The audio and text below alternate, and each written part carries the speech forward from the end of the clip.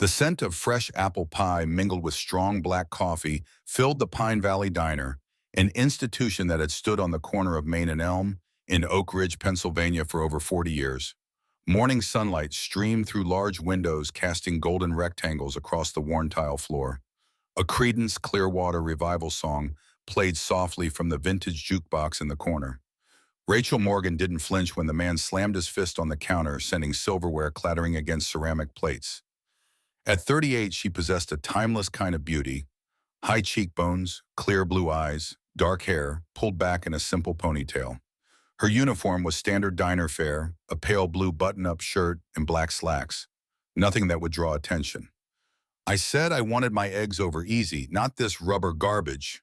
The man growled, his expensive suit and manicured nails marking him as an out-of-towner.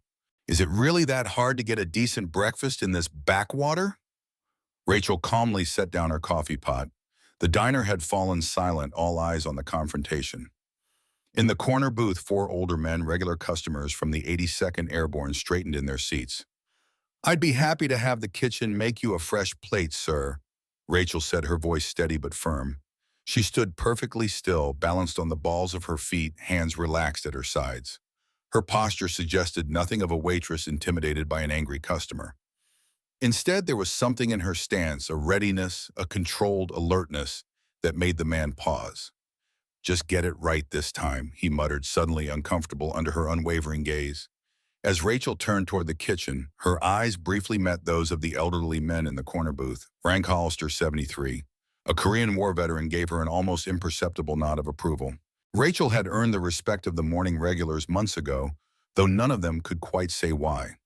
There was just something about her, a depth beneath the surface, a quiet competence that seemed at odds with her role as a small-town waitress. "Everything okay out here?" Grace Wilson emerged from the kitchen, wiping flour-covered hands on her apron. At 65, the owner of the Pine Valley Diner moved a bit slower these days, but her eyes remained sharp as ever. "Just fine, Grace," Rachel replied, sliding the rejected plate through the service window. "Table 5 needs a redo on the over-easy."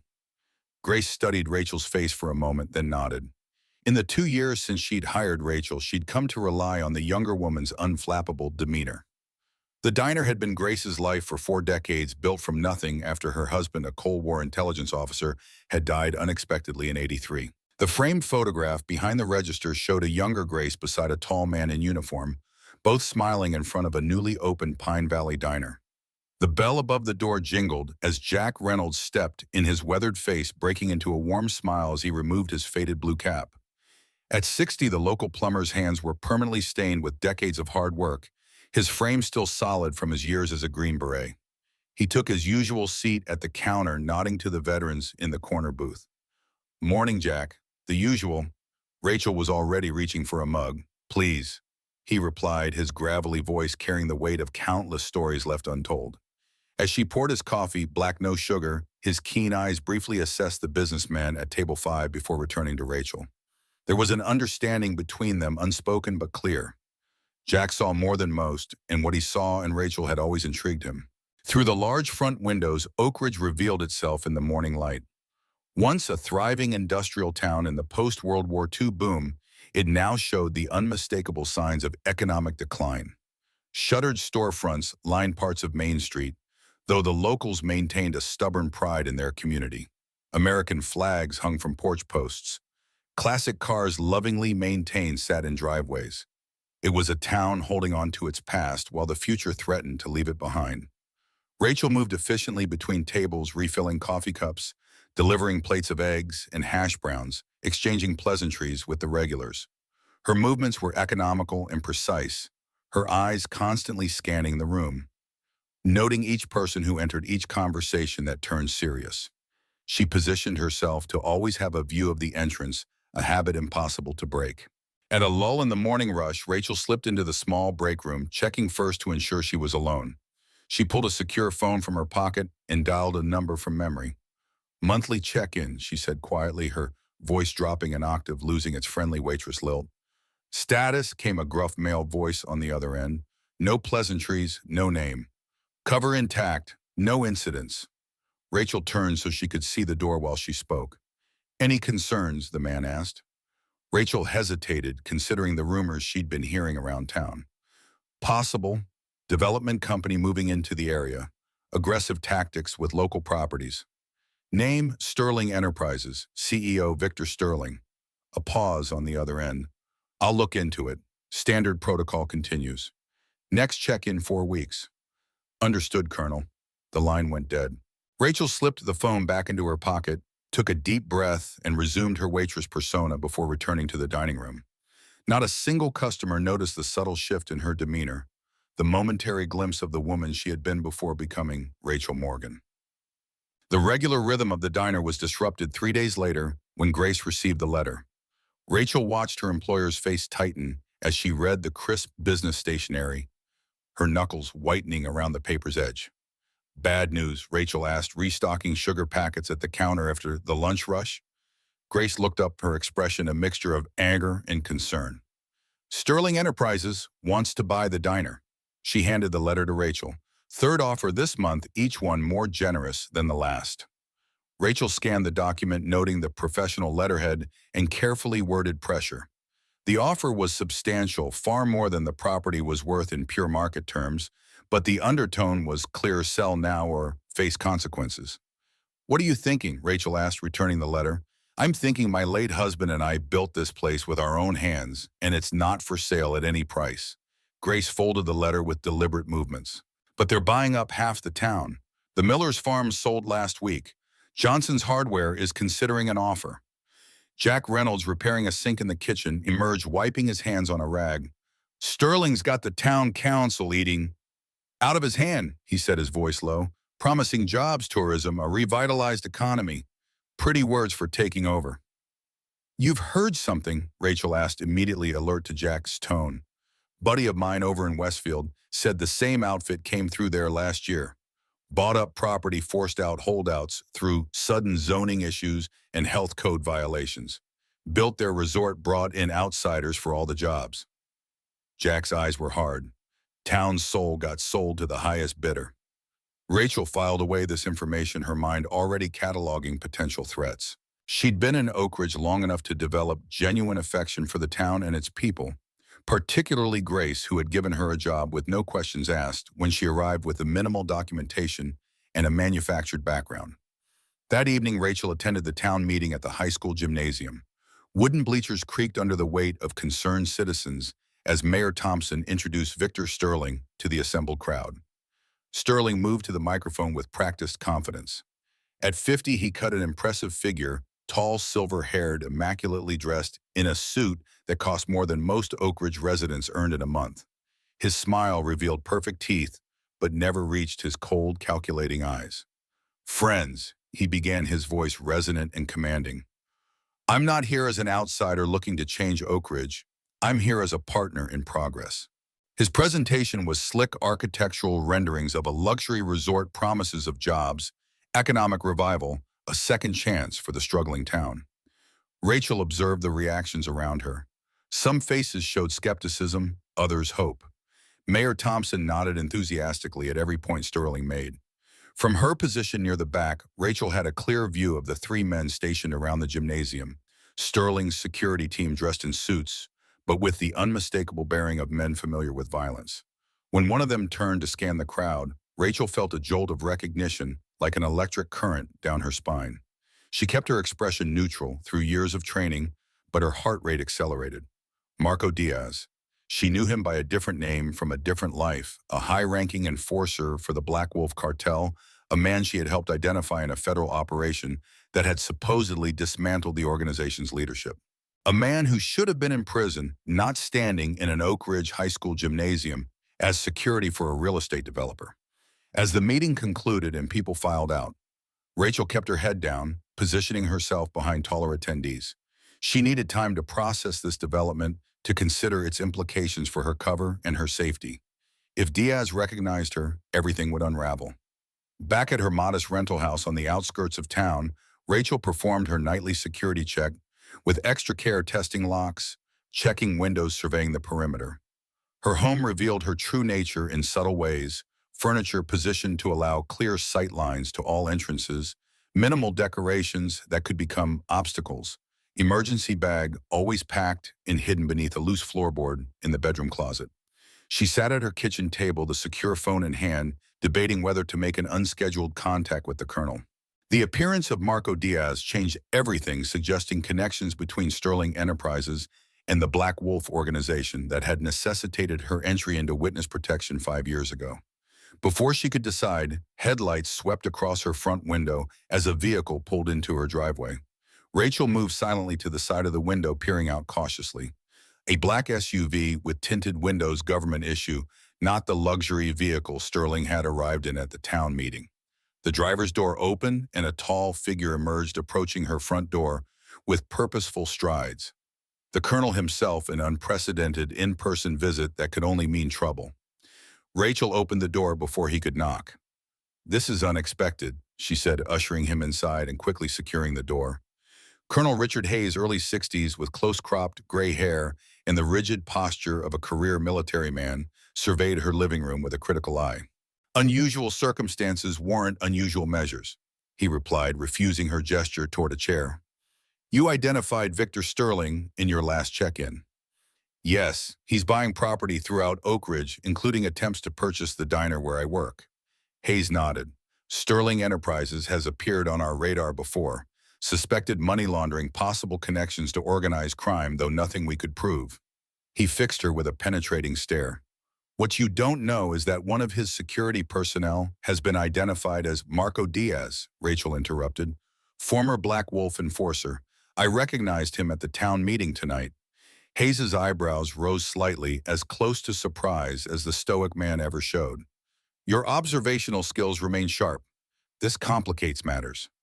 "Did he recognize me?" "Unknown, but we must assume your cover is at risk."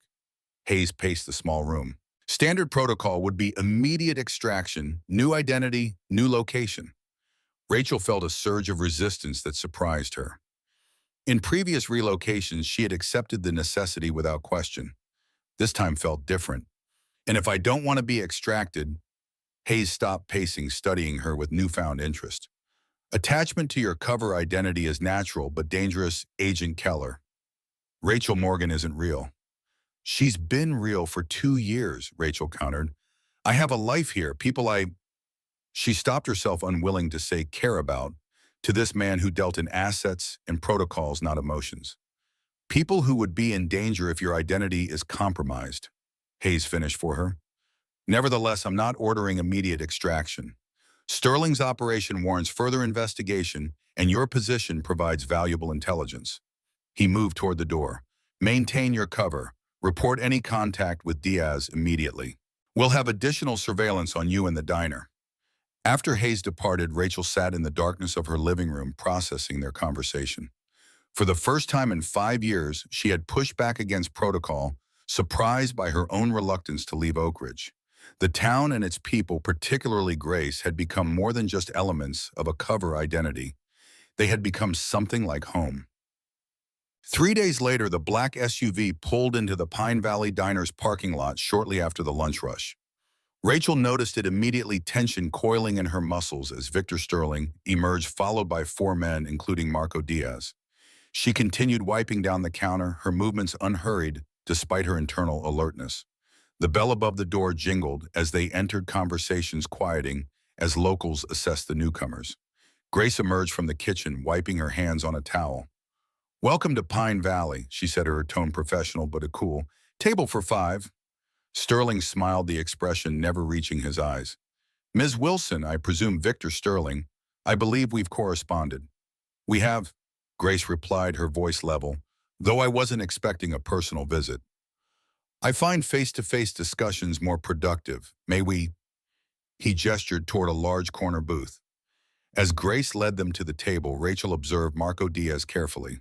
His appearance had changed since she'd last seen him in a federal courtroom, surgical alterations to his jawline and nose, but his eyes remained the same. Cold, assessing, constantly scanning for threats. When those eyes landed on her, she felt a moment of electric tension, but his gaze moved on without any flash of recognition. "Sarah," Grace called, using the agreed-upon signal that she wanted Rachel to handle a particular table. "Would you take care of these gentlemen? I need to check on an order." "Of course." Rachel grabbed menus and approached the table, her demeanor professional and unremarkable. Welcome to Pine Valley. Can I start you with some drinks? Sterling looked up at her, his assessment swift and dismissive. Coffee black. The others murmured similar requests, barely acknowledging her presence. As she placed a menu in front of Diaz, his eyes met hers briefly. Something flickered in his expression, not recognition, but professional assessment. He was evaluating her as he would any potential threat, cataloging details for future reference. Rachel turned and walked to the coffee station where she could observe the table while preparing their drinks. She noticed Diaz lean in to whisper something to Sterling, who glanced in her direction with renewed interest. She returned with a tray of coffees, distributing them with calm efficiency. Are you ready to order, or do you need a few minutes? I'll have the steak and eggs, Sterling said, not bothering to look at the menu. Rare, Rachel nodded, jotting down his order and those of his companions. As she collected the menus, Sterling's hand shot out, catching the sleeve of her uniform. You're not from around here originally, are you? He asked, his eyes suddenly intent. Rachel allowed a flicker of surprise to cross her face. No, sir. I moved here about 2 years ago. From where? Colorado? She answered smoothly, the practiced lie rolling off her tongue. Denver. Sterling held her gaze a moment longer, then released her sleeve. Interesting career move, Denver, too. He gestured vaguely at the diner. I needed a change of pace. Rachel replied, her tone pleasant but final. I'll put these orders right in for you. In the kitchen, she handed the ticket to Joe, the short order cook, who'd been at Pine Valley even longer than Grace. 5 new orders. The steak and eggs is for Victor Sterling. Joe's bushy eyebrows rose. The real estate vulture himself, huh? Finally showed his face. Looks that way. Rachel glanced through the serving window at the table. Have you heard anything about his security team? The guys with him. Joe shrugged, already turning to the grill. Only that he never goes anywhere without them. Paranoid type, apparently. Success breeds enemies, I guess. Or maybe it's the other way around, Rachel thought. She continued her rounds, attending to her other tables, while keeping Sterling's group in her peripheral vision. The dark-haired Diaz was still bothering her. Something in his bearing and the way he positioned himself relative to exits and sightlines spoke of professional training that went beyond typical security work. When their food was ready, Rachel delivered it with the same efficient courtesy she showed all customers. As she set Sterling's plate before him, he looked at the steak with obvious disdain. I asked for rare, he said, cutting into the meat to reveal a perfect pink center. It is rare, sir, Rachel replied evenly. This is medium at best. He pushed the plate toward her, the movement deliberate enough to slosh coffee over the rim of his cup, splashing onto the table and the sleeve of Rachel's uniform. Take it back. Rachel felt eyes on her from around the diner, locals watching, some with sympathy, others with quiet indignation on her behalf. She dabbed at her sleeve with a napkin, her expression neutral. I'll have the kitchen prepare another. And bring me a fresh coffee, Sterling added, his tone making it clear he considered the spill her fault. Try not to mess that up, too. In the kitchen, Joe took one look at the return steak in Rachel's coffee-stained sleeve, his face reddening. What's his problem? That's as rare as safe eating gets. Just make another one, Rachel said quietly. Cook it less, even if it's not food safe. He's looking to make a point, not enjoy his meal. While Joe grumbled and prepared a new steak, Rachel took a moment to center herself, breathing deeply. The confrontation was minor, hardly worth noting in the grand scheme of things. Yet something about Sterling's deliberate rudeness, coupled with the nagging familiarity of Diaz, set her nerves on edge. When she returned with a fresh steak and coffee, Sterling barely acknowledged her. The meal continued, with the men speaking in low tones, their conversation pausing whenever she approached the table. Business talk from the fragments she caught: property values, zoning regulations, construction, timelines. As she refilled water glasses at a nearby table, she overheard one of Sterling's men mention resistance from the North parcel owners. Sterling's response was too quiet to catch, but his expression hardened momentarily before smoothing back into calculated charm. The men finished their meal and Rachel brought the check, placing it discreetly on the table. Sterling glanced at it, then pulled out a sleek leather wallet and extracted several bills, dropping them carelessly beside the check. Ms. Wilson around? He asked, standing. I'll get her for you, Rachel replied, already moving toward the kitchen. She found Grace organizing supplies in the storage room. Sterling's asking for you. Grace set down a can of tomatoes, straightening her apron. Figures. Can't just eat and leave like a normal customer. She sighed. How was he? Deliberately difficult. The kind of man who creates problems to see how people react. Grace nodded, unsurprised. Well, let's see what he wants, though. I think we both know. They returned to the dining area together where Sterling stood waiting his security detail positioned near the exit. The other diners had thinned out, many having finished their meals and departed, though a few lingered nursing cups of coffee and watching the scene unfold with a poorly disguised interest. Mr. Sterling, Grace said, her tone cordial but firm, I hope you enjoyed your meal. Adequate, he replied dismissively, though I didn't come for the cuisine. I'd like to discuss my proposal in person now that I've seen the property firsthand. Grace's smile remained fixed. As I've stated in my responses to your letters, Pine Valley is not for sale. Everything has a price, Ms. Wilson. Sterling reached into his jacket and produced a folded document. I've taken the liberty of drafting an updated offer, 20% higher than my initial proposal. Grace didn't take the document. It's not about the money, Mr. Sterling. It's always about the money. He set the paper on the counter. The smart play would be to take this offer now. Property values in this area are volatile. Health and safety regulations are becoming stricter. Insurance premiums for aging structures like this are skyrocketing. Each statement landed like a veiled threat. I'd hate to see you forced to sell later for much less. Rachel stood slightly behind Grace, watching the exchange. From her position, she could see Diaz studying her with quiet intensity. When their eyes met, he didn't look away. Thank you for your concern, Grace said, her voice steady. But my decision stands. Now, if you'll excuse me, I have a business to run. Sterling's smile tightened fractionally. Of course, I admire your determination, misguided though it may be. He adjusted his cufflinks gold with what looked like small diamonds inset. I'll be in town for the next few weeks overseeing the initial phases of our development. Perhaps we can continue this discussion when you've had time to review my offer more carefully. Don't count on it changing my mind, Grace replied. Sterling chuckled, the sound devoid of genuine amusement. You know the interesting thing about small towns like this, everyone's connected. Everyone's vulnerable in some way. His gaze drifted briefly to Rachel, then back to Grace. Consider all your responsibilities before making permanent decisions. With that, he turned and headed for the door, his security team falling into formation around him. As they filed out, Diaz was last to leave. He paused, glancing back at Rachel with an expression she couldn't quite read before following his employer. Through the window, Rachel watched them climb into the SUV and pull away, gravel crunching under the tires. Only when the vehicle disappeared around a bend did she realize how tightly she'd been gripping the edge of the counter. Grace picked up the folded offer, looked at it for a long moment, then tucked it into her apron pocket without opening it. Well, that was unpleasant. Are you okay? Rachel asked. Fine. Grace's voice was firm, but Rachel could see the tension in her shoulders. It takes more than some big city bully to rattle me. The remaining customers gradually returned to their conversations, the atmosphere in the diner slowly returning to normal. Rachel resumed her duties, bussing tables and taking orders for the afternoon crowd. But her mind was elsewhere, calculating risks and contingencies.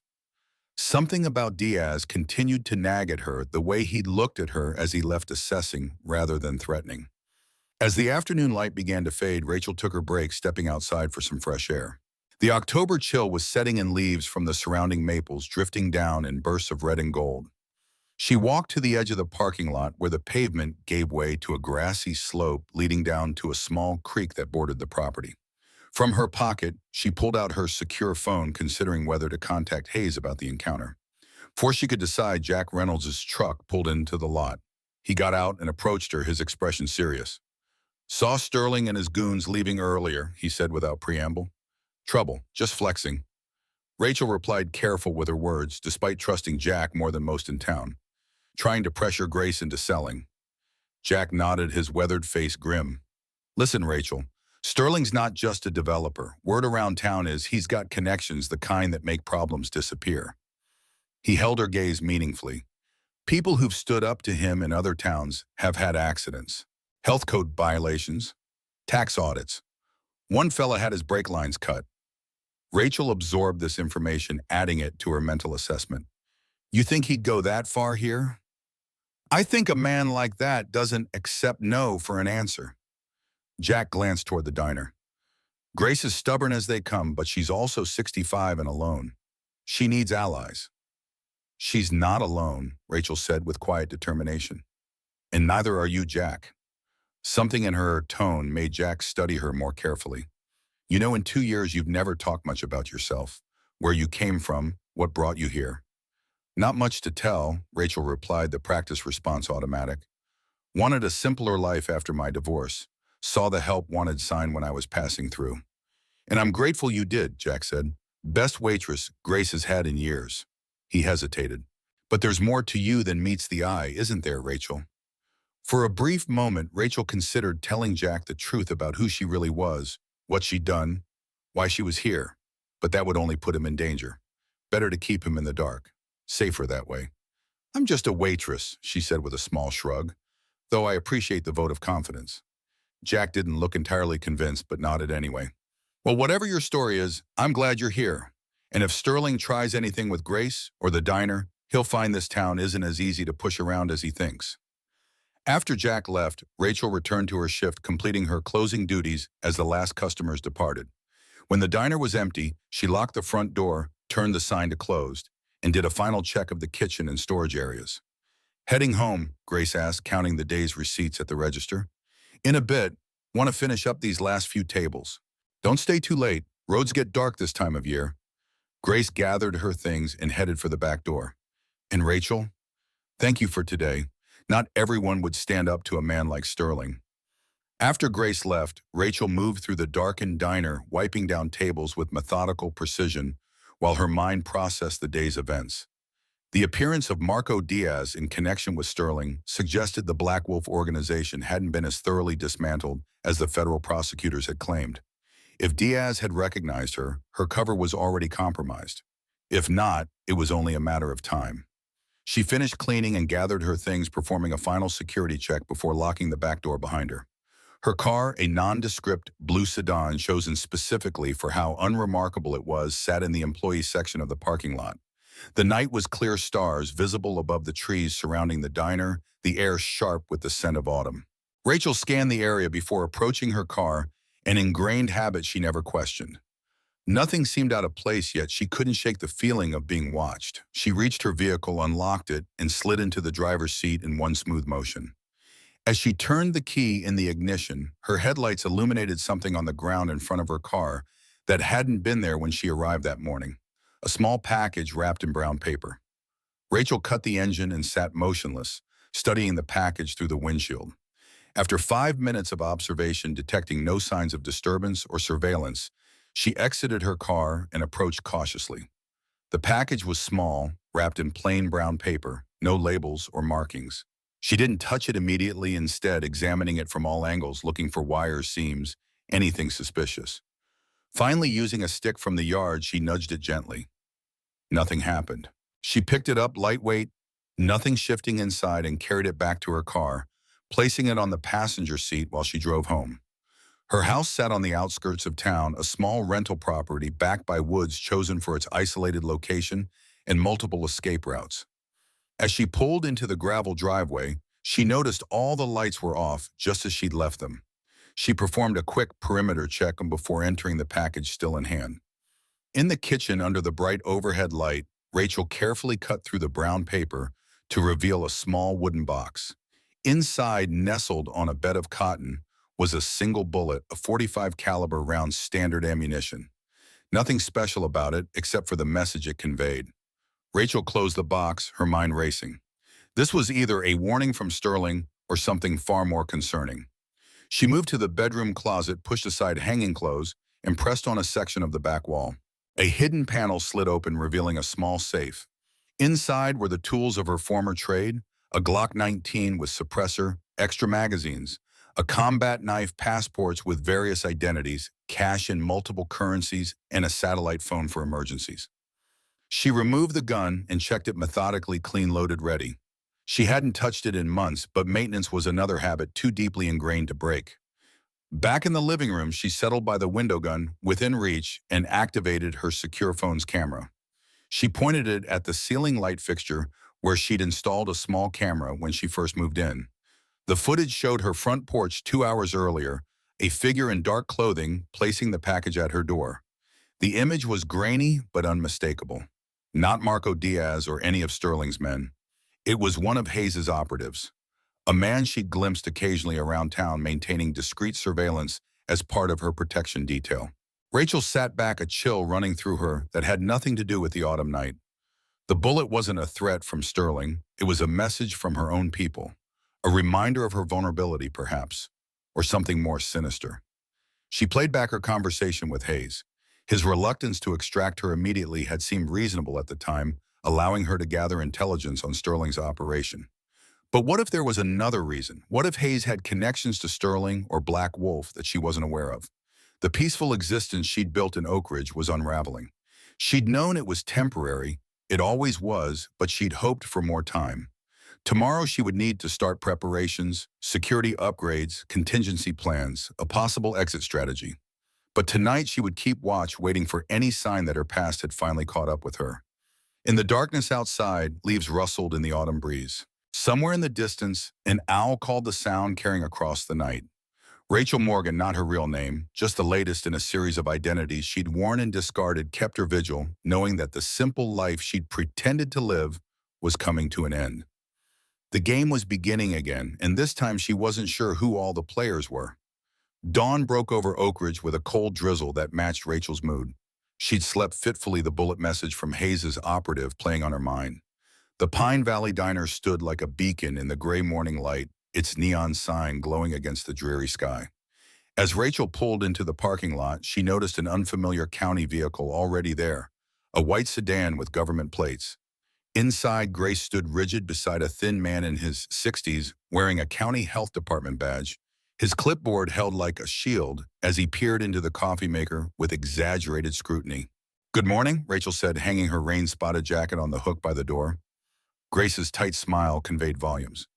"Rachel, this is Mr. Dawson from the health department. Apparently we're due for a surprise inspection. 3 years without a violation." Grace continued, her voice steady but tension evident in her posture. "And suddenly we need an emergency inspection at 6 a.m. Dawson cleared his throat, avoiding eye contact. "Just doing my job, ma'am. New departmental policy for establishments over 30 years old."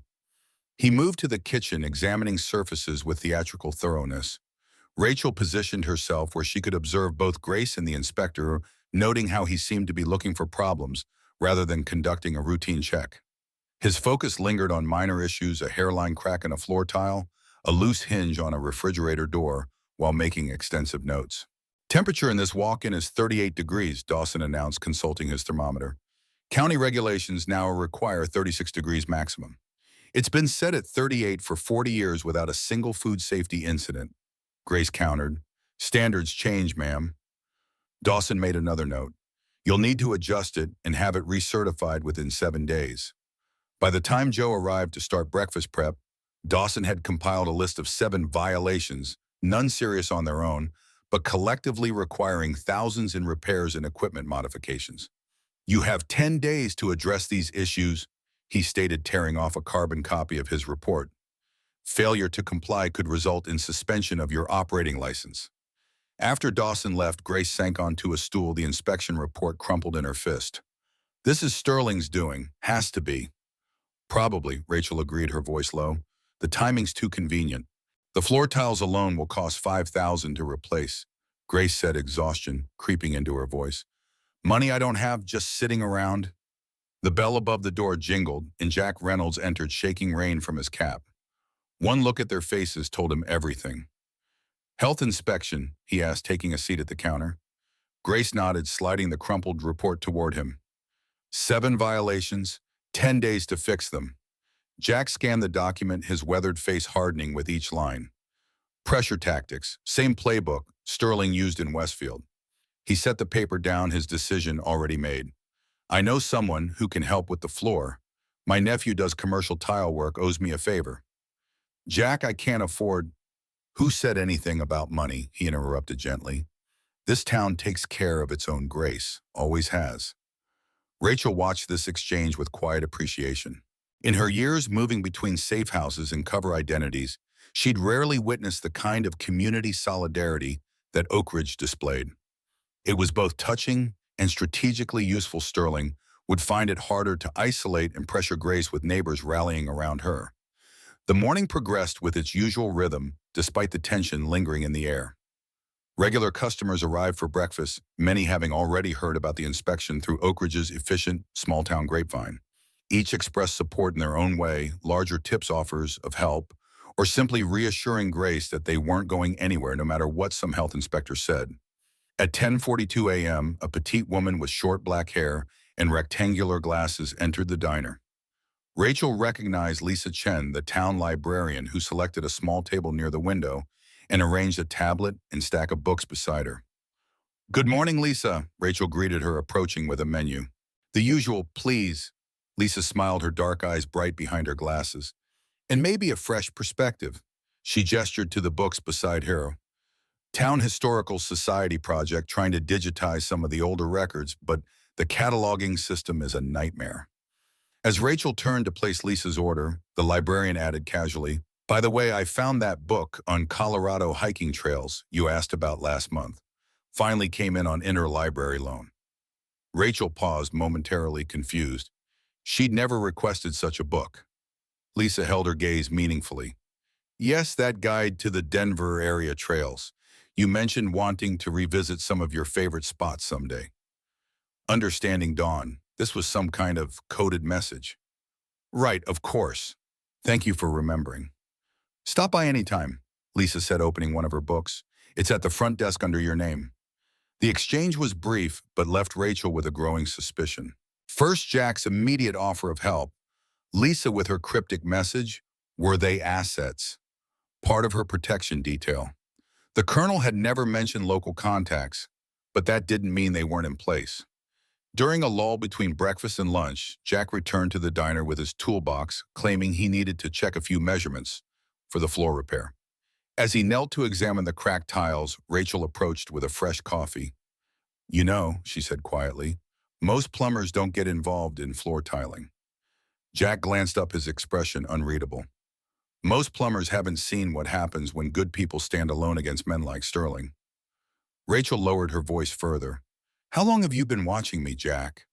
The question hung in the air between them. Jack straightened, wincing slightly as his knee protested. He took the coffee cup, his calloused hand steady. "Let's talk outside," he said finally. In the alley behind the diner, sheltered from the drizzle by the overhanging roof, Jack leaned against the wall and sighed deeply. 2 years, he admitted. "Since the day you arrived in Oak Ridge, Hayes assigned me as your primary ground contact." Despite having suspected as much, the confirmation sent a chill through Rachel. "And Lisa, NSA Electronic Surveillance Specialist. Between us, we've maintained 24-hour coverage of your location." Rachel processed this information, feeling a complex mixture of security and violation. "Why tell me now?" Jack's expression darkened. "Because things have changed. Hayes isn't who you think he is." He glanced around the alley before continuing. "I was Delta Force for 20 years before joining the security program. I've seen how the game is played, and something about this operation has felt off from the beginning." "The bullet," Rachel said. "It came from Hayes' team, not Sterling's." Jack nodded grimly. "A warning to keep you in line, not to protect you. Hayes has been making unusual contact patterns, operating outside standard protocols. And now Sterling shows up with a Black Wolf enforcer as his bodyguard. Too many coincidences." Rachel felt the ground shifting beneath her. If Hayes couldn't be trusted, her entire safety network was compromised. "Why should I trust you?" she asked directly. "You shouldn't," Jack replied without hesitation. "Trust what you can verify. Check with Lisa. She's intercepted communications between Hayes and Sterling dating back months. This isn't about protecting you anymore, Rachel. It's about something bigger." That evening, after the diner closed, Rachel made her way to the small town library. The rain had stopped, leaving the streets slick and reflective under the streetlights. The library was technically closed, but a light still burned in the back office. Rachel knocked softly on the glass door. Moments later, Lisa appeared, unlocking it with an enigmatic smile. I was wondering when you'd stop by, she said, ushering Rachel inside and relocking the door. Your book is waiting. In the small office behind the circulation desk, Lisa handed Rachel a slim volume, Hiking the Front Range Denver's Mountain Playgrounds, with a yellow sticky note marking page 47. There's a particularly interesting chapter on emergency shelters that I think you'll find useful, Lisa said casually. Page 47 has some excellent safety tips. Rachel opened to the marked page and found a small USB drive taped to the spine. What am I looking at? She asked. Evidence, Lisa replied, moving to her computer. I've been monitoring communications between Hayes and Sterling for months. It started as routine surveillance of your protective bubble, but I noticed anomalies in encrypted messages on channels Hayes shouldn't have been using. She inserted the drive into her computer, bringing up a series of files. Hayes and Sterling have history. They worked together in a classified operation in Panama in May '89. Official record shows they parted ways after that, but the reality, she clicked open a document showing financial transfers. They've maintained connections through a series of shell companies. Black Wolf isn't just a cartel Sterling's connected to, it's a tool they created together. Rachel studied the documents, her training helping her piece together the implications. A criminal organization they can use for operations that need to stay off the books. Precisely. Lisa nodded. Black Wolf provides them with resources, intelligence, and deniability. Your testimony 5 years ago didn't just threaten the cartel, it threatened to expose Hayes' involvement. So my witness protection was never about keeping me safe. Rachel said, the realization hitting her like a physical blow. It was about keeping me controlled, isolated. And now that you've settled somewhere, built connections become harder to manipulate. Lisa let the implication hang in the air. I've become a liability. Rachel finished the thought. What about Marco Diaz? Lisa's expression grew puzzled. That's where it gets interesting. According to intercepts, Diaz isn't working for Sterling or Hayes, at least not willingly. He's been sending encrypted communications to an FBI handler. He's undercover, Rachel said, pieces falling into place. Just like I was. And probably just as exposed, Lisa added grimly. The next day passed in a haze of heightened awareness for Rachel. She performed her waitress duties mechanically while processing Lisa's revelations and planning her next move. If Hayes was corrupt and using her as a pawn, she needed leverage concrete evidence she could take to authorities outside his influence. That meant getting into Sterling's office. After her shift ended, Rachel drove home to prepare. In her hidden safe behind the panel in her closet, she retrieved items she hadn't touched in months. Lockpicks, a small flashlight, gloves, and a few other specialized tools. She dressed in dark clothing and waited for nightfall. At 1:00 a.m., she parked several blocks from Main Street in the shadowed lot behind the closed grocery store. The night was cool and clear, the street lamps casting pools of yellow light at regular intervals. Rachel moved through the darkness with practiced silence, staying in shadows, avoiding the open street. Sterling Enterprises had opened an office downtown 3 months ago in a renovated storefront. Its front window displayed architectural renderings of the proposed resort development. She circled to the rear of the building where a small parking area backed onto an alley. The back entrance had a standard commercial lock, nothing sophisticated. Rachel worked efficiently, her gloved hands manipulating the picks with practiced precision. Within 30 seconds, she was inside. She moved carefully through the darkened office, taking in the layout.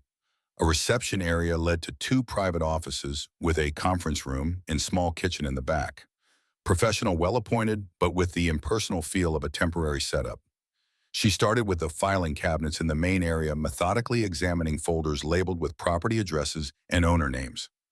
Most contained standard acquisition paperwork, offers, counteroffers, closing documents. She photographed several pages showing significantly below-market purchases from elderly residents, along with notes about leveraged negotiations. Moving to the first office, presumably Sterling's, based on the expensive desk and frame credentials on the wall, she found it locked. The lock yielded to her picks after a minute of careful work. Inside, she went straight to the computer, but as expected, it was password protected. The desk drawers contained nothing of particular interest: standard office supplies, business magazines, a half-empty bottle of expensive scotch. She was about to move on when she noticed a slight gap in the wood paneling behind the desk. Closer examination revealed a concealed wall safe. This would require more time and skill. Rachel removed specialized tools from her kit and set to work listening carefully for the subtle clicks that would indicate the tumbler positions. After nearly 15 minutes of painstaking effort, she was rewarded with a soft click as the handle turned. Inside the safe were several folders, a USB drive, and a small handgun. Rachel photographed the contents in situ before removing the folders. The first contained property deeds and tax records for parcels surrounding the Pine Valley Diner. Sterling had already acquired most of the adjacent land. The second held architectural plans for the resort development, with the diner property marked as Phase 1 Construction Site, Main Lodge. The third folder made her blood run cold. Inside were surveillance photos of her Rachel entering the diner at the grocery store walking to her car.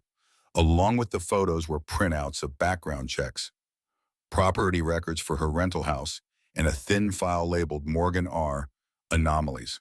She quickly photographed these documents hand-steady despite the surge of adrenaline. The final page in the folder was a handwritten note in Spanish. Facial recognition inconclusive. 68% match to FBI database entry for witness in Black Wolf case. Continue surveillance, avoid confrontation until confirmation. So Diaz suspected but wasn't certain. That gave her a narrow window of advantage. Rachel carefully returned everything to its original position, closed the safe, and prepared to leave. As she did, her eye caught a notation on Sterling's desk calendar for the following day, 9:00 p.m. G. Wilson final offer, Riverside. The Riverside was an upscale restaurant on the outskirts of town, near the small river that gave the establishment its name. Sterling was planning to meet Grace there, presumably to pressure her further about selling the diner. Rachel exited the office as carefully as she'd entered, relocking the door and erasing any signs of her presence. The night remained quiet as she made her way back to her car and drove home, taking an even more circuitous route than before. Back at her house, she downloaded the photos she'd taken to a secure encrypted drive, then composed a message to Jack on her secure phone. Confirmation: Sterling, investigating connection to Black Wolf case. Surveillance active. Meeting scheduled with Grace tomorrow 9:00 p.m. at Riverside. Need backup. The response came minutes later. On it. Come to the library at 7 a.m. tomorrow. Bring everything you found. Chica. The library was still closed to the public when Rachel arrived the next morning. Lisa let her in through the staff entrance, leading her to a small conference room in the back where Jack was already waiting. You look like hell, he observed as Rachel set her secure laptop on the table. Occupational hazard, she replied, opening the files she'd recovered from Sterling's office. Sterling has been investigating me for weeks. They suspect who I am but don't have confirmation. Jack and Lisa examined the photos and documents, their expressions growing increasingly grim. This goes deeper than we thought, Lisa said finally. These surveillance techniques, the resources involve Sterling, has access to equipment and intelligence that should be restricted to federal agencies. Courtesy of Hayes, Jack added darkly. The question is, what's their endgame? Why Oak Ridge? Why now? Rachel pointed to the architectural plans. The resort is real, but I think it's a cover. Look at these specifications for the main building: reinforced construction, secure rooms, advanced communication systems. This isn't a vacation lodge. It's a command center disguised as one. Black Wolf moving operations north, Lisa suggested. Or Hayes establishing a new base for whatever he's planning next, Rachel countered. Either way, Grace is in their way, and now so am I. Jack leaned back, considering their options. Sterling's meeting with Grace tonight. If he can't buy the diner, he might try more direct methods. I'll go with her, Rachel decided, as moral support. And we'll be nearby, Jack assured her. Lisa's already tapped Sterling's communications. We'll know if he calls in reinforcements. As they finalized their plans, Lisa's computer chimed with an incoming message. Her expression tightened as she read it. What is it? Rachel asked. Intercept from Sterling to an unlisted number, likely Hayes, Lisa replied. Message reads, confirmation received from Mexico City, identity verified, proceed with extraction protocol. The words hung in the air like a physical threat. Someone had positively identified Rachel, and Hayes was mobilizing to remove her permanently. They'll wait until after the meeting with Grace, Jack reasoned. Hayes wouldn't want to disrupt Sterling's operation. That gives us a small window. I need to warn Grace, Rachel said. If they're coming for me, they might target her too. Carefully, Lisa cautioned. The less she knows about your real identity, the safer she is. Obem. Back at the diner, Rachel found Grace preparing for the day, her movements betraying the stress she was under. The health inspector's report sat on the counter beside new letters from the bank and insurance company, more pressure points Sterling was exploiting. Morning, Grace greeted her with forced cheerfulness. Hope you slept better than I did. Rachel hesitated, weighing how much to reveal. Grace, about Sterling's dinner invitation tonight. I've been thinking about that. Grace sighed. Maybe I should hear him out. The repairs from the inspection, the insurance increase, it's a lot all at once. I'll go with you, Rachel offered, for moral support. Grace studied her face. You think he's dangerous? It wasn't a question. In 2 years, Grace had developed an uncanny ability to read Rachel's moods, despite Rachel's training in concealing them. I think men like Sterling play by different rules, Rachel replied carefully. Having a witness changes the game. Grace nodded slowly. All right, but I'm driving and we're taking my car. If I'm going to sell my life's work, I'm at least going to do it on my own terms. The day passed with excruciating slowness for Rachel. Every customer who entered the diner underwent her swift covert assessment. Every passing car received her scrutiny. By closing time, her nerves were wound tight as piano wire. Rachel changed into the one dress she kept at the diner for emergencies, a black wraparound that managed to be both modest and flattering. Grace emerged from the back room in a simple but elegant navy dress.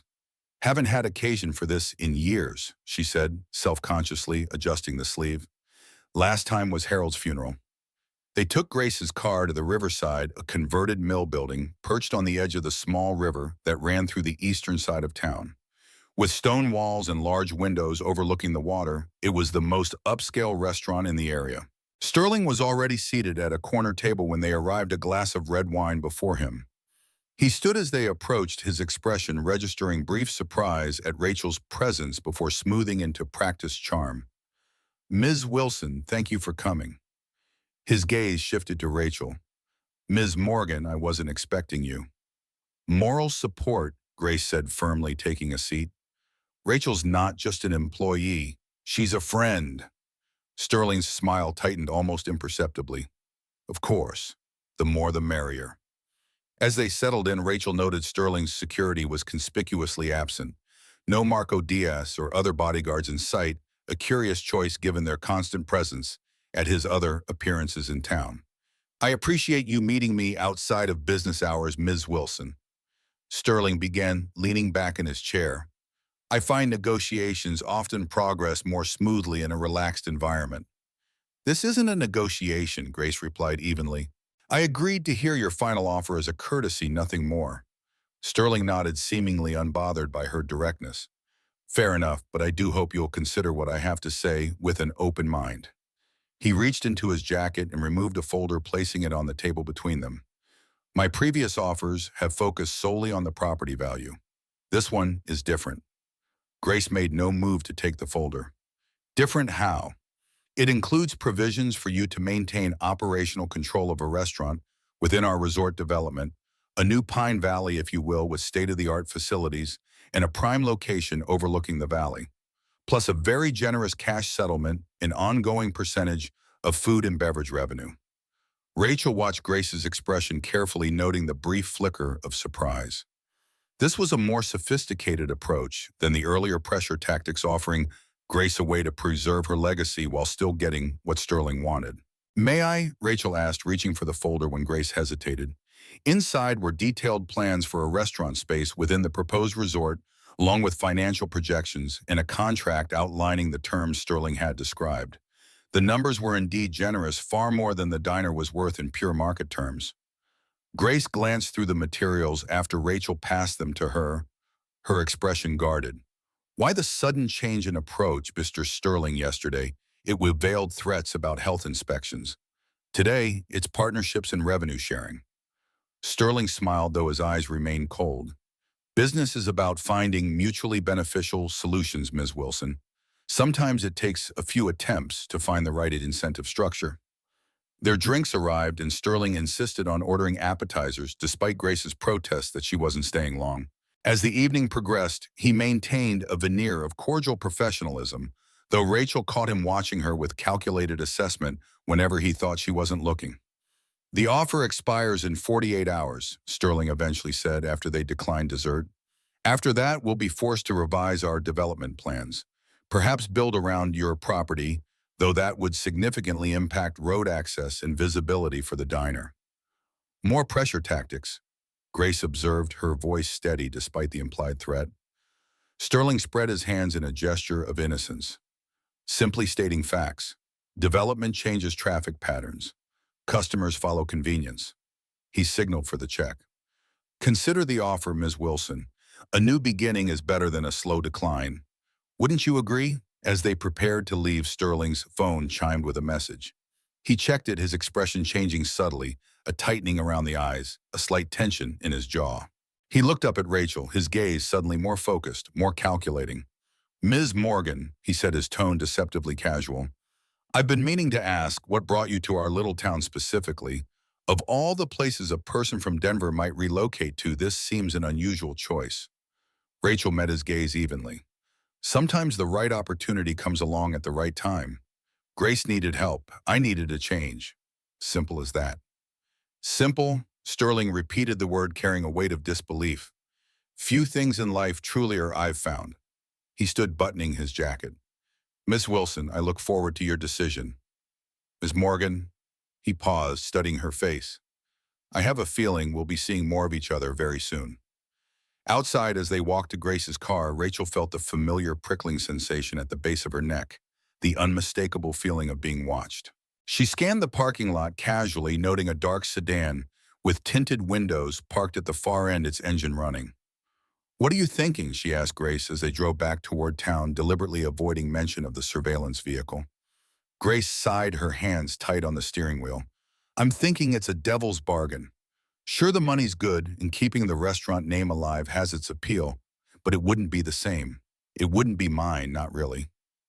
"No," Rachel agreed softly, "it wouldn't." "Still," Grace continued, "he's right about one thing. Development changes traffic patterns. If that resort gets built with or without my land, the road to the diner might become a whole lot less traveled." She glanced at Rachel. "You think I'm being foolish, holding on to the past?" Rachel considered her answer carefully. "I think some things are worth fighting for. The question is whether this battle can be won." Grace nodded slowly. "That's what I need to figure out." As they parted ways in the diner parking lot, Rachel watched Grace drive off toward her home on the other side of town. Then, instead of immediately getting into her own car, she slipped into the shadows beside the diner and waited.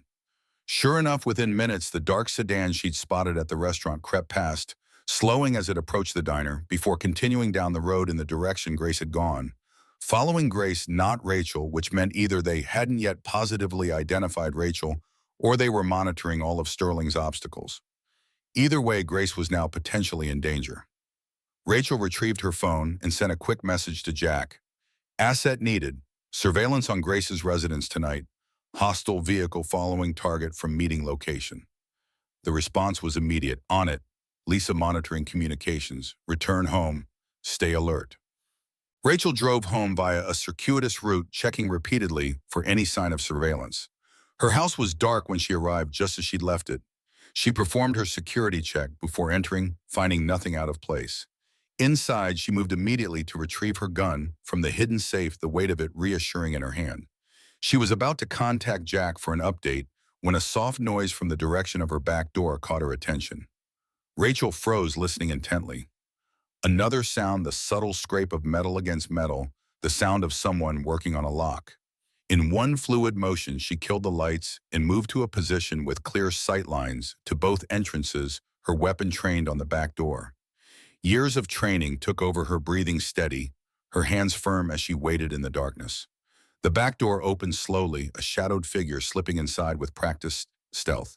Rachel tracked the movement, finger resting lightly on the trigger, waiting for the intruder to fully commit to the entry.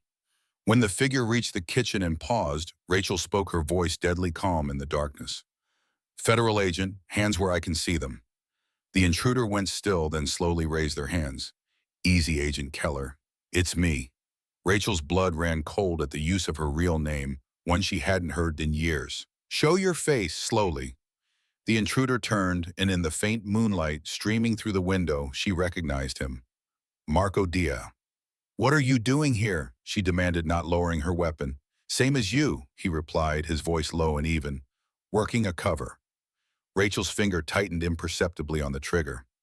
Give me one reason why I shouldn't pull this trigger right now. Diaz's hands remained raised. Because I'm not who you think I am. Badge in my left inside pocket. Slowly. At Rachel's tense nod, he carefully reached into his jacket with 2 fingers and extracted a leather wallet, tossing it gently onto the counter between them. Rachel moved forward cautiously, never taking her eyes or weapon off him as she flipped open the wallet with her free hand. In the dim light, she could make out the distinctive shield and credentials of an FBI agent. Your bureau? She asked, disbelief evident in her tone. Special Agent Alex Ramirez, he confirmed. 5 years undercover in Black Wolf. We never met directly during the joint operation against them, but I was there. After Mexico City, the Bureau used the opportunity to alter my appearance and insert me deeper into the organization. Rachel's mind raced, reassessing everything she thought she knew. And Sterling, money laundering for what's left of the cartel using real estate development as a front. But that's not why I'm here. Ramirez slowly lowered his hands as Rachel's gun dipped slightly. Your cover's blown, Agent Keller. Sterling received confirmation tonight. They're coming for you, and they're coming tonight. How long? Rachel asked, her voice barely above a whisper. 30 minutes, maybe less. Ramirez replied, his eyes constantly shifting to the windows. Hayes has already called in a team. Professionals, not local muscle. Rachel's mind raced through options, scenarios, escape routes. Why are you telling me this? Why blow your cover? Because innocent people are about to get caught in the crossfire. Ramirez moved slowly to the kitchen window, peering out at the darkened yard. Hayes doesn't just want you dead. He wants to make an example. Eliminate anyone who might have helped you. That includes Grace Wilson. The mention of Grace sent a cold wave of dread through Rachel's chest. Where is she now? Home, but under surveillance. Jack's watching her place, but they're outnumbered.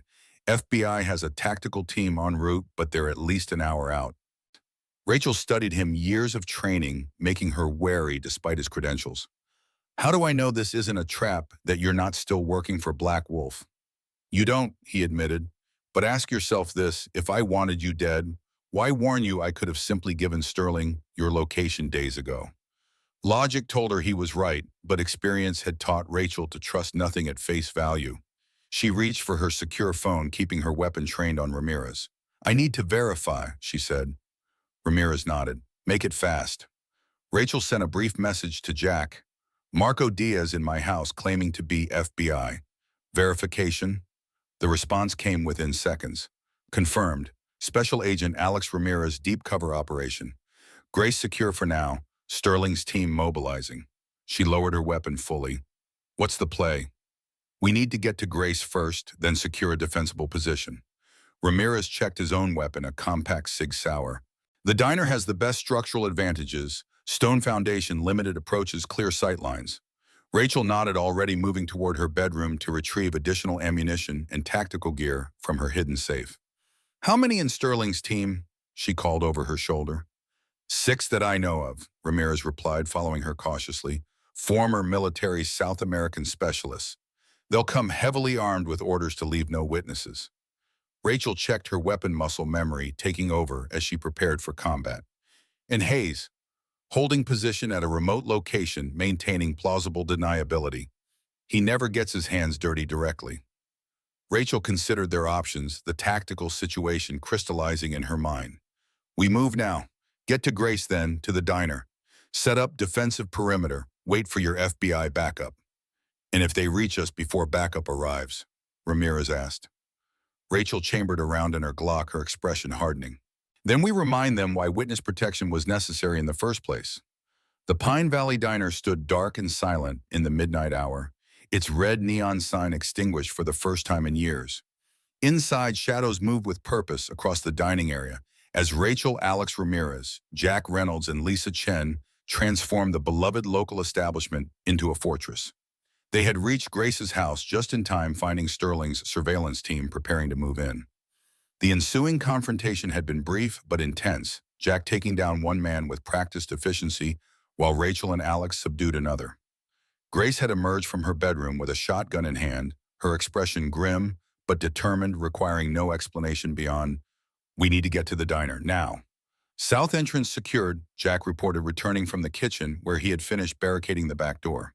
At 60, the former Delta Force operator moved with the assurance of someone who had prepared for combat more times than he could count. Lisa set up surveillance cameras, covering all approaches. Rachel nodded, checking the magazine in her Glock, for the third time, a habit born of countless operations where preparation meant survival. Alex's status on Sterling's team. 3 vehicles approaching from the east. Alex replied, his voice low as he consulted the tablet Lisa had configured to monitor local security cameras. ETA 8 minutes. 6 men, tactical formation, heavily armed. Grace emerged from the storage room carrying a metal box that had remained hidden beneath the floorboards for decades. She placed it on the counter and opened it, revealing a well-maintained Colt 45 and several boxes of ammunition. "Harold always said to be prepared," she explained, noticing Rachel's surprised expression. 20 years married to military intelligence teaches you a few things. You ever fired that?" Jack asked, his tone respectful rather than doubtful. Grace checked the weapon with practiced movements. "Every month at the range in Westfield. Harold made sure I could protect myself before he left for each deployment. Old habits die hard." Rachel felt a renewed appreciation for the woman she had worked alongside for 2 years. Grace Wilson had depths none of them had suspected, a reminder that ordinary people often carried extraordinary capacities beneath unassuming exteriors. "We need to contact local law enforcement," Alex said, securing the blinds over the large front windows. "Even with your skills, we're outnumbered and outgunned." Rachel hesitated. Involving local police meant exposing her true identity, potentially compromising years of witness protection protocols. But the alternative meant facing Sterling's mercenaries alone, putting Grace and the others at unnecessary risk. Sheriff Davis, she decided. Former military police 58, served in Panama and Desert Storm. He's had suspicions about Sterling from the beginning. Jack nodded in agreement. Davis is solid, old-school lawman who takes protecting his town seriously. While Lisa established a secure connection to the sheriff's office, Rachel and Alex converted the diner's layout into defensive positions. Tables overturned for cover lines of fire, established escape routes identified. The diner's stone foundation and limited entry points made it naturally defensible, a characteristic Rachel had unconsciously noted the first day she'd arrived in Oak Ridge. "Remember Fallujah?" Jack asked quietly, as they positioned a heavy refrigerator to provide additional cover near the front entrance. Rachel looked at him sharply. "How did you—" "I read your file when Hayes assigned me to your detail," Jack explained. 3rd Marine Expeditionary Force Intelligence Section. "You saw combat before joining the Federal Witness Program." The memory surfaced, unbidden dust and heat, the weight of body armor, the constant vigilance required to survive. She had been different then, younger, less cautious, before witnessing the corruption that had driven her into hiding. "That was another life," she replied, checking the sightlines from her position. "Not so different from this one," Jack observed, "both about protecting people who can't protect themselves." Before Rachel could respond, Sheriff Davis arrived alone in an unmarked vehicle, his weathered face grave, as Lisa led him in through the side entrance. At 58, Davis carried himself with the unmistakable bearing of a man who had spent his life in uniform, first military, then law enforcement. "Reynolds," he acknowledged Jack with a nod, before turning to Rachel. "Ms. Morgan, or should I call you Agent Keller now?" "You knew?" Rachel asked, genuinely surprised. "Suspected," Davis corrected. 20 years in military police teaches you to recognize when someone's training shows through their cover. You carry yourself like someone who's constantly assessing threats. He glanced around at their preparations. "Looks like I was right to be concerned." Alex stepped forward, showing his FBI credentials. "Special Agent Ramirez, we have a tactical situation developing. Sterling's team is en route, heavily armed. They're coming to eliminate witnesses and anyone associated with Agent Keller." Davis absorbed this information with professional calm. "My deputies are positioned 2 blocks out, unmarked vehicles. 4 men, all former military or law enforcement. Good people who know how to handle themselves." He unholstered his service weapon, checking it with practiced efficiency. But we need to understand what we're dealing with here before I put my men in the line of fire. Rachel provided a concise briefing her testimony against Black Wolf 5 years ago, Hayes' corruption, Sterling's connection to the cartel, and their plans for Oak Ridge. With each revelation, Davis's expression hardened. So this resort development is a front for a criminal enterprise, he summarized, and they're willing to kill us to protect it. That's the situation, Rachel confirmed. Davis nodded grimly. Then we stand. This is my town. These are my people. He moved to the window, peering through a gap in the blinds. First priority is civilian safety. Second is taking these bastards alive to testify against whoever's pulling their strings. The sheriff's radio crackled with an update from his deputies. 3 SUVs had turned onto Main Street lights, off moving slowly toward the diner. The stage was set. Everyone in position, Rachel ordered. Remember, these are professionals. They'll establish a perimeter before approaching. Wait for clean shots. Conserve ammunition. Grace took her position behind the counter. Shotgun ready, her face set with determination that reminded Rachel of frontier women from old photographs. Resolute defenders of home and hearth. I never thought my diner would see a gunfight, Grace remarked, her voice steady despite the circumstances.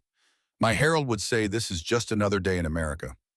The vehicle stopped a block from the diner, disgorging dark figures who moved with tactical precision into surrounding positions.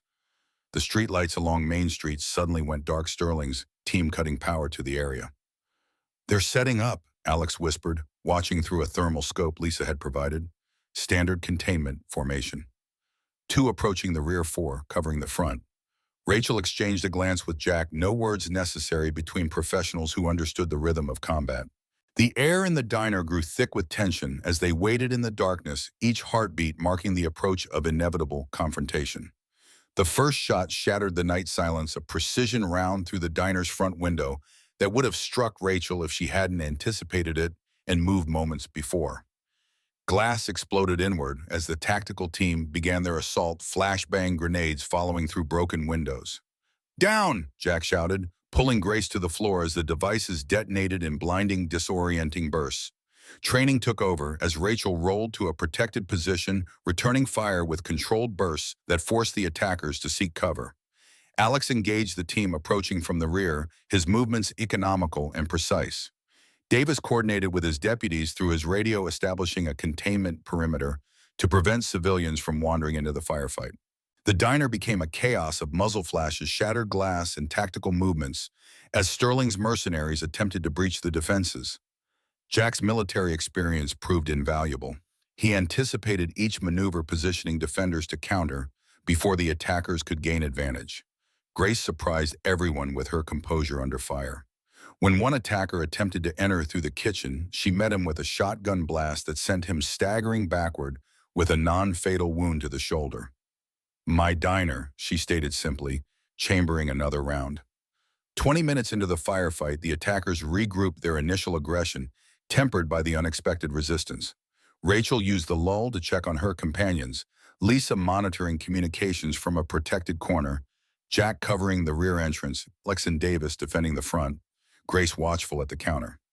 They're calling for backup, Lisa reported, intercepting radio communications. Sterling sending reinforcements. We need to end this before they arrive, Rachel decided. Sheriff, can your deputies create a diversion to the east, draw attention away from the front entrance? Davis nodded, relaying instructions through his radio. Moments later, police lights flashed from the eastern approach to town, sirens, wailing a convincing show of force, approaching from the wrong direction. As Sterling's team adjusted to this new threat, Rachel signaled to Alex. They moved in coordinated harmony, exploiting the momentary distraction to outflank 2 attackers taking cover behind an overturned dumpster. The precision of their attack caught the mercenaries off guard. One surrendered immediately when Rachel appeared at his flank weapon, trained on his head. The other reached for his sidearm and paid for the decision with a disabling shot to his gun hand from Alex. The tide was turning, but victory remained uncertain until a new vehicle appeared at the edge of the conflict, a nondescript sedan that stopped just beyond the police barricade. A tall figure emerged, hands raised to show he carried no weapon. Federal agent, the man called out. Michael Vega, FBI. Rachel felt the world tilt beneath her. Michael Vega, her partner from the Mexico City operation, reported killed in the warehouse explosion that had precipitated her entry into witness protection. Yet here he stood, very much alive, moving with the confidence of someone who knew exactly what was happening. "Hold your fire," Alex shouted, recognizing the name. "He's one of us." Vega approached carefully, hands still visible. In the strobing emergency lights, Rachel could see the changes in his appearance, reconstructive surgery, similar to what had transformed Diaz into Ramirez. But the eyes were unmistakable. Eyes she had trusted with her life during the most dangerous operation of her career. "Sorry I'm late, Elizabeth," he said, using her birth name. "Traffic was hell." The unexpected appearance of Vega changed the dynamic of the battle. Sterling's remaining men, now facing overwhelming opposition, surrendered within minutes. Davis and his deputies secured them while Rachel confronted the ghost from her past. "You died in Mexico City," she said, her voice tight with emotion and suspicion. "I identified your body." "You identified a body," Vega corrected. "One deliberately left for that purpose. Same playbook they used with Ramirez." "Why?" Rachel demanded. "5 years, Michael. 5 years of running, hiding, believing you were gone." "Because I needed to disappear completely to track Hayes," Vega explained. "The corruption went deeper than any of us realized. After Mexico City, I went underground with a splinter group in the Bureau investigating Hayes and his black operations. We couldn't risk contacting you. Your witness protection was too visible, too closely monitored by Hayes's people." Rachel absorbed this information, reassessing 5 years of assumptions.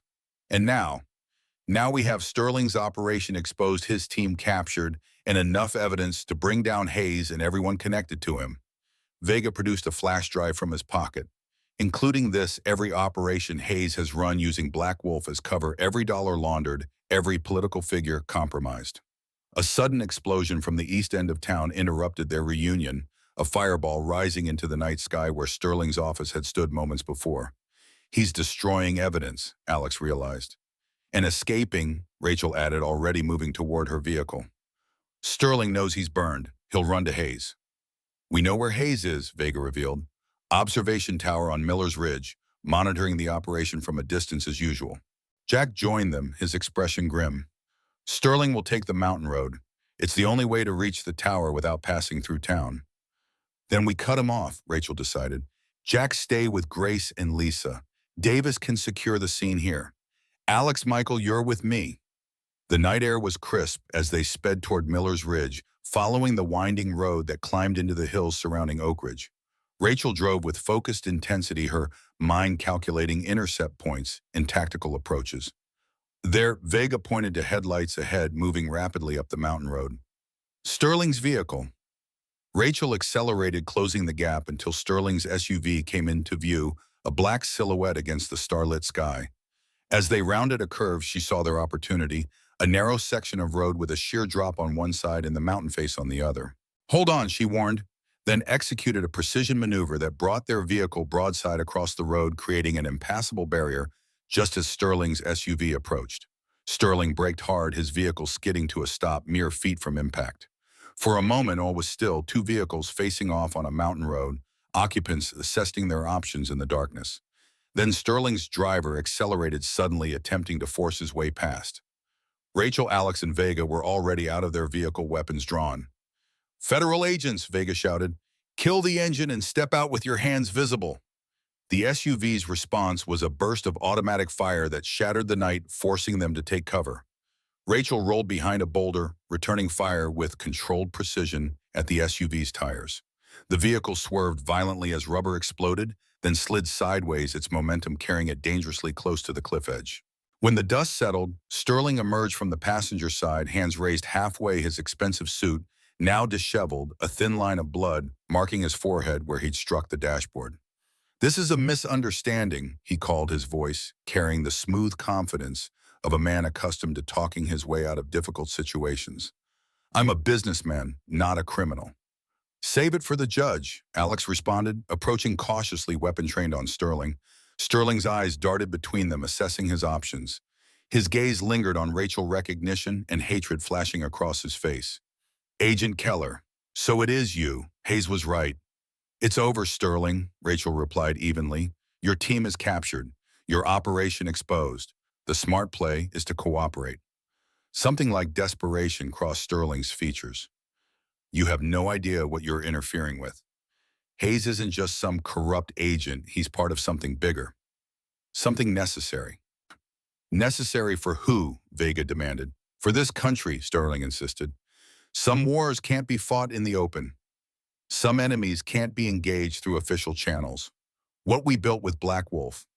His hand dropped suddenly to his waistband, drawing a concealed weapon with practiced speed.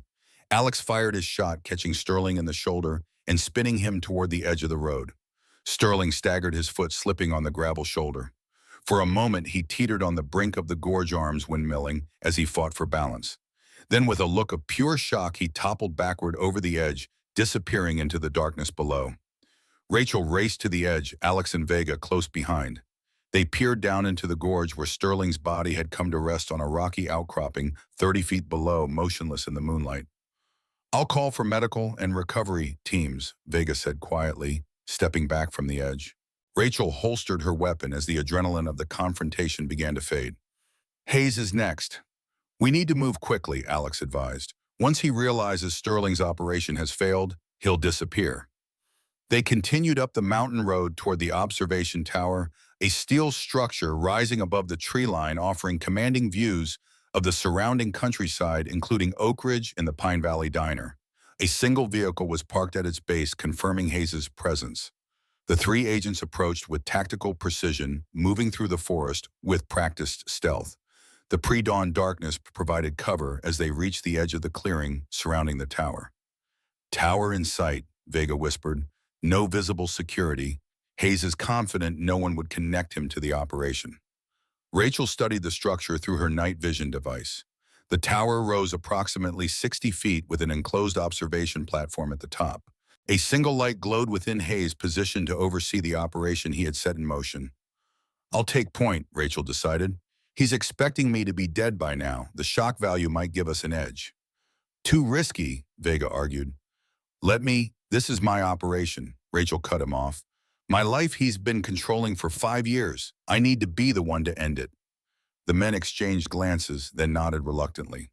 They would cover her approach, but the confrontation would be hers. Rachel moved silently up the metal steps, testing each one before committing her weight to avoid creaks that might alert Hayes to her approach. At the top, she paused outside the enclosed observation platform. Through the window, she could see Hayes seated at a small desk, monitoring equipment arrayed before him, radio, laptop, binoculars. He was focused on the displays, unaware of her presence just outside. With a swift, decisive movement, she opened the door and entered, her weapon raised and ready. "Hello, Colonel," she said quietly. Hayes' reaction was controlled, a slight tensing of his shoulders, then deliberate relaxation as he turned to face her. His hand moved subtly toward his jacket, but froze when he saw her weapon already trained on him. "Agent Keller," he acknowledged, using her original name. "Or should I still call you Rachel? I see your survival instincts remain sharp. That's something I always admired about you." "Save it," Rachel replied coldly. "Sterling is dead. His team captured. It's over, Hayes." Something like amusement crossed Hayes' features. You think Sterling was the architect of all this?" "He was a financier, a facilitator, but replaceable." "Like me?" Rachel asked. "Another asset to be used and discarded when convenient." Hayes leaned back in his chair, studying her with clinical detachment. "You were never meant to be discarded, Elizabeth. Your testimony against Black Wolf's leadership was necessary. They had become unmanageable too. Independent, but afterward, keeping you isolated, moving you periodically, that was about protecting our investment." "Investment?" Rachel's grip tightened on her weapon. "In the network," Hayes explained as if discussing a business strategy. "Black Wolf provides intelligence channels we can't access through official means. Supply routes the DEA doesn't monitor. Financial infrastructure beyond congressional oversight. After your testimony removed the problematic elements, we rebuilt it into something more controlled, more useful. You turned a federal witness against organized crime into a pawn to protect that same organization." Rachel said, disgust evident in her voice. Hayes' expression hardened. "I've been fighting threats to this country for 40 years, Agent Keller. From the Cold War to terrorism to cyber warfare. The rules of engagement have changed, but the enemies remain. Sometimes the only way to defeat the darkness is to harness it." "And become it in the process," she replied quietly. For a moment, something like regret crossed Hayes's features. I had hopes for you, your skills, your determination. You could have been brought inside, eventually shown the bigger picture. The picture seems pretty clear from where I'm standing, Rachel responded. Corruption, murder, betrayal, all justified in the name of national security. Hayes glanced at his watch. My team will be wondering why Sterling's operation has gone silent. They'll send reinforcements soon. They'll find you in custody, Rachel informed him. The evidence against you is already being transmitted to Assistant Director Blackwell at the FBI along with the Justice Department and congressional oversight committees. Hayes's composure slipped for the first time, his eyes widening slightly. Blackwell isn't cleared for this operation. He doesn't have the context, the understanding. He has enough to issue arrest warrants. Rachel cut him off. For you and everyone involved in this unauthorized program. She kept her weapon steady, watching Hayes process this information, recalculating his options. It's over, Colonel. The question is how it ends. Hayes was silent for a long moment, his expression shifting from shock to calculation to a strange, resigned acceptance. He said, finally, the most difficult part of this work isn't making the hard choices. It's living with them afterward, carrying the weight of necessary evils. He studied her face. I wonder if you'll find that burden easier to bear once you've made your own compromises. I'll take my chances, Rachel replied evenly. Now slowly remove your weapon and place it on the desk. Hayes complied with deliberate movements, extracting a handgun from his shoulder holster and setting it down. Then, with a speed that belied his age, he lunged for a second weapon concealed in his desk drawer. Rachel's reaction was instantaneous, her shot striking Hayes in the shoulder of his weapon arm. He cried out, collapsing against the railing as the hidden pistol clattered to the floor. Vega and Ramirez burst into the observation platform, securing Hayes while checking his wound. Clean through and through, Ramirez reported clinically. Non-fatal but incapacitating. Hayes's face was pale with pain and fury. You've made a grave mistake, he hissed through clenched teeth. This won't end with me. The program will continue just under different management. The necessity remains.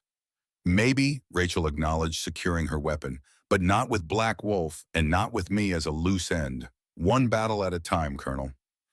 3 weeks later, Rachel stood amid the reconstruction of the Pine Valley Diner. Sunlight streamed through new windows, casting warm rectangles across the freshly laid floor tiles. The bullet holes and blast damage had been repaired. The kitchen rebuilt with modern equipment, but the soul of the place remained unchanged. Classic red booths, chrome fixtures, the vintage jukebox in the corner. Grace moved through the space with renewed energy, directing workmen and planning the grand reopening scheduled for the following day. Hard to believe this is the same place where we were dodging bullets, she remarked, joining Rachel at the counter. Like it never happened, Rachel agreed, though they both knew some scars remained invisible. A new wariness in Grace's eyes, a deeper appreciation for the fragility of the peace they'd taken for granted. The bell above the door jingled as Assistant Director Thomas Blackwell entered. At 55, the FBI official carried himself with the confident authority of someone who had earned his position through merit rather than politics. His expression was solemn as he approached Rachel. Ms. Morgan, he greeted her formally. Or do you prefer Keller now? Morgan, she replied without hesitation. Rachel Morgan. Blackwell nodded, accepting her choice. I wanted to deliver this personally. He handed her an official envelope. Your new status has been formalized. You'll remain under modified protection, but your current identity has been officially recognized and secured. No more relocations. Rachel accepted the envelope, the weight of it representing more than just bureaucratic paperwork. It was freedom from the endless cycle of running, hiding, starting over.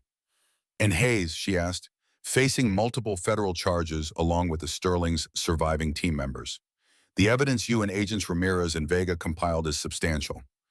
Blackwell's expression darkened slightly. Though I should warn you, Hayes wasn't exaggerating about having powerful allies. There are people in Washington working to classify parts of the investigation, citing national security concerns. Will they succeed? Partially, Blackwell admitted.